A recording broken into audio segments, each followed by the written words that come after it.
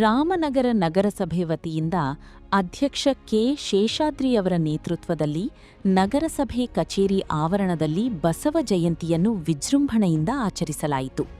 ಈ ಸಂದರ್ಭದಲ್ಲಿ ಬಸವಣ್ಣನವರ ಪುತ್ಥಳಿಯನ್ನು ಅನಾವರಣಗೊಳಿಸಲಾಯಿತು. ಕಾರ್ಯಕ್ರಮದಲ್ಲಿ ಮುಖ್ಯ ಅತಿಥಿಯಾಗಿ ಭಾಗವಹಿಸಿದ್ದ ನ್ಯಾಯಮೂರ್ತಿ ನಾಗಮೋಹನ್ ದಾಸ್ ಮಾತನಾಡಿ, ಸಮಾಜವು ಇಂದು ವಿಚಿತ್ರ ಸ್ಥಿತಿಯಲ್ಲಿದ್ದು ಬಿ.ಆರ್. ಅಂಬೇಡ್ಕರ್ ಹಾಗೂ ಬಸವಣ್ಣನವರ ಹೆಸರಿನ ಅಮಲಿಗಿಂತ ಅವರ ಚಿಂತನೆಗಳ ಅರಿವು ಬೆಳೆಸಿಕೊಳ್ಳಬೇಕು ಎಂದು ಹೇಳಿದರು. ಆಗ ಮಾತ್ರ ಸಮಾನತೆ ಹಾಗೂ ಸಾಮಾಜಿಕ ನ್ಯಾಯ ಆಧಾರಿತ ಸಮಾಜ ನಿರ್ಮಾಣ ಸಾಧ್ಯವಾಗುತ್ತದೆ ಎಂದು ಅಭಿಪ್ರಾಯಪಟ್ಟರು. ಅಂಬೇಡ್ಕರ್, ಬಸವಣ್ಣ ಹಾಗೂ ಕುವೆಂಪು ಅವರನ್ನು ಜಾತಿಯ ಚೌಕಟ್ಟಿನಲ್ಲಿ ಸೀಮಿತಗೊಳಿಸಿ ರಾಜಕೀಯ ಮಾಡುವುದು ಸರಿಯಲ್ಲ. ಈ ಮಹನೀಯರು ಮಾನವೀಯ ಮೌಲ್ಯಗಳ ಪರ ಹೋರಾಡಿದ ದಾರ್ಶನಿಕರು ಎಂದು ಅವರು ಹೇಳಿದರು. ವಚನಗಳು ನೈತಿಕ ಚೌಕಟ್ಟನ್ನು ಹಾಗೂ ಸಂವಿಧಾನ ಕಾನೂನು ಚೌಕಟ್ಟನ್ನು ನೀಡಿದ್ದು, ಇವೆರಡರ ಸಮನ್ವಯದಿಂದ ಮಾತ್ರ ಕಲ್ಯಾಣ ರಾಜ್ಯದ ಕನಸು ನನಸಾಗುತ್ತದೆ ಎಂದರು.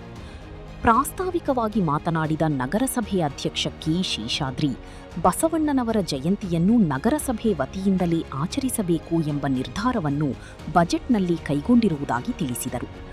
ಅನುಭವ ಮಂಟಪದ ಮೂಲಕ ಪ್ರಜಾಪ್ರಭುತ್ವದ ಮೌಲ್ಯಗಳನ್ನು 800 ವರ್ಷಗಳ ಹಿಂದೆಯೇ ಬಸವಣ್ಣನವರು ಜಗತ್ತಿಗೆ ಪರಿಚಯಿಸಿದ್ದರು ಎಂದು ಹೇಳಿದರು. ಕಾರ್ಯಕ್ರಮದಲ್ಲಿ ಕನಕಪುರದ ದೇಗುಲ ಮಠದ ಡಾ. ಮುಮ್ಮಡಿ ನಿರ್ವಾಣ ಸ್ವಾಮೀಜಿ ಸೇರಿದಂತೆ ವಿವಿಧ ಮಠಾಧೀಶರು ಸಾನ್ನಿಧ್ಯ ವಹಿಸಿದ್ದರು.